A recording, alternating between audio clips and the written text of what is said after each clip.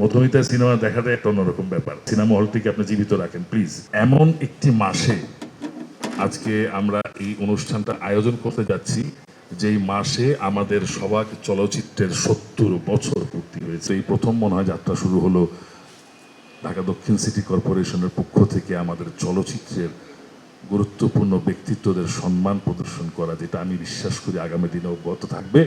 এবং এটা সম্ভব হয়েছে কারণ যাদের হাত ধরে বা ৭১-এ বাংলাদেশ সৃষ্টি হয়েছিল, সালাম ভাইরা যুদ্ধ করে বাংলাদেশ সৃষ্টি করেছেন, আজকে সেই সালাম ভাইয়ের হাত ধরেই সিটি কর্পোরেশন থেকে আমাদের চলচ্চিত্রের ব্যক্তিত্বদের সম্মান দেওয়াটা শুরু হলো। এমন একটি মাসে আজকে আমরা এই অনুষ্ঠানটা আয়োজন করতে যাচ্ছি, যেই মাসে আমাদের সবাক চলচ্চিত্রের ৭০ বছর পূর্তি হয়েছে। আপনারা সবাই জানেন ১৯৫৬ সালের ৩রা আগস্ট বাংলাদেশের প্রথম সবাক চলচ্চিত্র মুখ ও মুখোশ রিলিজ হয়েছিল, যেটি পরিচালনা, প্রযোজনা এবং অভিনয়ে ছিলেন আমাদের সকলের শ্রদ্ধেয় আব্দুল জব্বার খান সাহেব।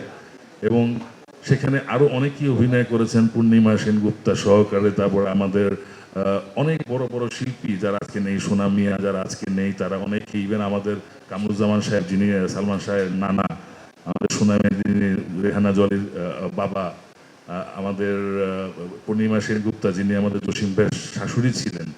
তো এরকম অনেকেই ছবিতে কাজ করেছেন।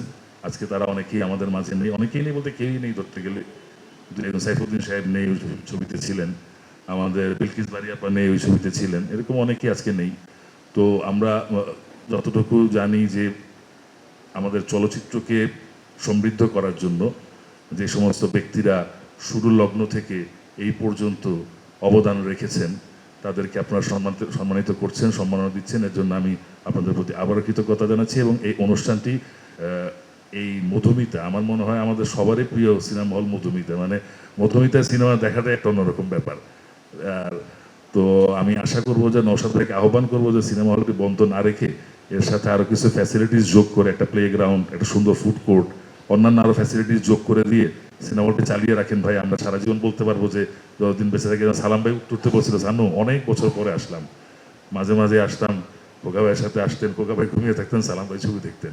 তো আমাদের কোকা ভাইয়ের স্মৃতি বিজড়িত, সালাম ভাইয়ের অনেক স্মৃতি এখানে, দিলারা আপার অনেক স্মৃতি। এই কারণে এই সিনেমা হলটিকে আপনি জীবিত রাখেন প্লিজ, এবং এখানে আরও ফ্যাসিলিটিস যোগ করে দেন। ইনশাল্লাহ আমরা ভবিষ্যতে আমাদের সরকারের যে প্ল্যানগুলো আছে, তথ্য কেন্দ্রগুলো আমরা সিনেপ্লেক্স করছি, সরকারের প্রযোজনে ছবিও নির্মিত হতে পারে, হবেও, আলাপ আলোচনা চলছে। সেই ছবিগুলো আসলে আবার হয়তো আমরা চলচ্চিত্রের সেই আগের যে জমজমার ব্যাপারটা ছিল সেটা ফিরিয়ে আনতে চেষ্টা করছি। আপনাদের দোয়ায় যেভাবে আমরা শুরু করলাম এই সম্মাননা প্রদান, সেভাবে ইনশাল্লাহ চলচ্চিত্রকেও একদিন উজ্জ্বল স্থানে নিয়ে যেতে পারবো।